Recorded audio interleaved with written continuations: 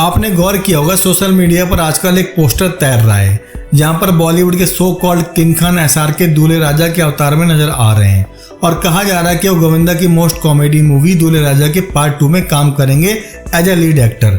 हालांकि ये खबर पूरी तरह सच नहीं है, इसमें बहुत सारा झूठ और फर्जी डेटा शामिल है। तो बात करते हैं दूल्हे राजा की सच्चाई की, लेकिन ये बात तो तय है कि शाहरुख खान अपनी डूबती हुई नैया और कटती हुई नाक को बचाने के लिए 3 फिल्मों पर डिपेंड कर रहे हैं। पहली है डंकी, फिर जवान और तीसरी है पठान। लेकिन दूल्हे राजा की फर्जी कहानी कहां से आ गई बीच में, उसका खुलासा करना भी जरूरी है। तो आपको याद होगा 1998 में गोविंदा की मूवी आई थी दूल्हे राजा, जहां पर बहुत सारी अच्छी स्टार कास्ट थी। प्रेम चोपड़ा, कादर खान, रवीना टंडन, जॉनी लीवर और बहुत ही अच्छी कॉमिक कैपर मूवी थी। उस साल की ब्लॉकबस्टर और सबसे ज्यादा कमाई करने वाली मूवी की लिस्ट में दूल्हे राजा का नाम है, जिसका म्यूजिक कॉमेडी आज भी जिक्र किया जाता है। अब शाहरुख खान का नाम कैसे शामिल हुआ? एक्चुअली एसआरके की कंपनी रेड चिली ने इस मूवी के नेगेटिव ओटीटी और सैटेलाइट राइट खरीद लिए हरमेश मल्होत्रा से और प्रोड्यूसर से। अब ये काम क्यों किया है? एक्चुअली अगर आपको 2 फिल्मों के नाम बताऊंगा तो आप समझ जाओगे ये काम शाहरुख खान क्यों कर रहे हैं। इन फिल्मों के नाम में सूर्यवंशम और टार्जन द वंडर कार। ये दोनों फिल्में थिएटर में जब रिलीज हुई थी तब बुरी तरह फ्लॉप हुई थी और प्रोड्यूसर्स को करोड़ों का नुकसान हुआ था।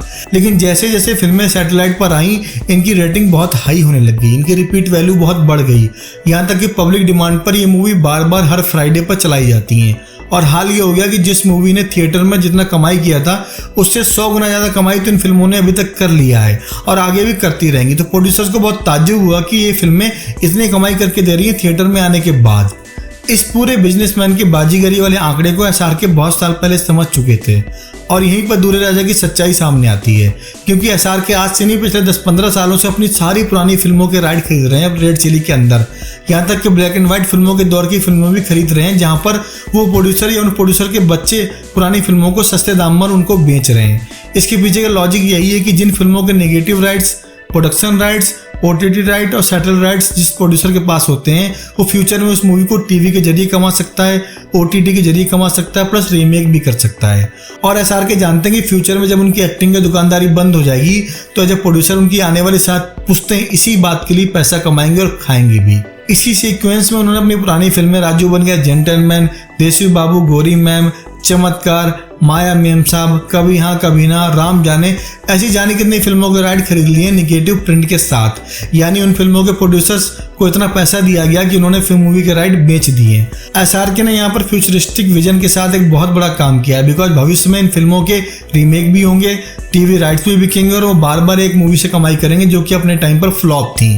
तो एसआरके ने इसी पूरे चीज को बनाने के लिए दूल्हे राजा के राइट्स भी खरीदे हैं और उनके पास नेटफ्लिक्स के अंदर बहुत बड़े बड़े टाइटल्स के नाम शामिल हैं।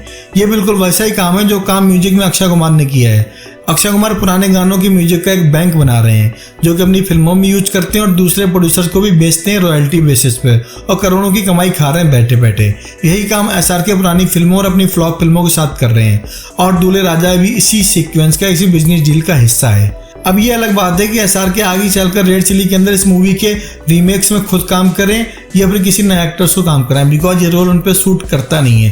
तो ये बात तय है कि शाहरुख खान भले ही एक्टिंग के मैदान में बाजीगर ना हो, लेकिन कमाई और बॉक्स ऑफिस के मैदान पर उनसे बड़ा बाजीगर आज भी कोई नहीं है। और दूल्हे राजा की सच्चाई यही है। आई होप कि सारा माजरा आपको समझ में आ गया होगा। दोस्तों, चैनल पहली बार आए हैं तो सब्सक्राइब कर दीजिए, वीडियो को लाइक कर दीजिए और कमेंट करके बताइए इस मूवी को लेकर आपका एक्साइटमेंट लेवल किस हद तक है।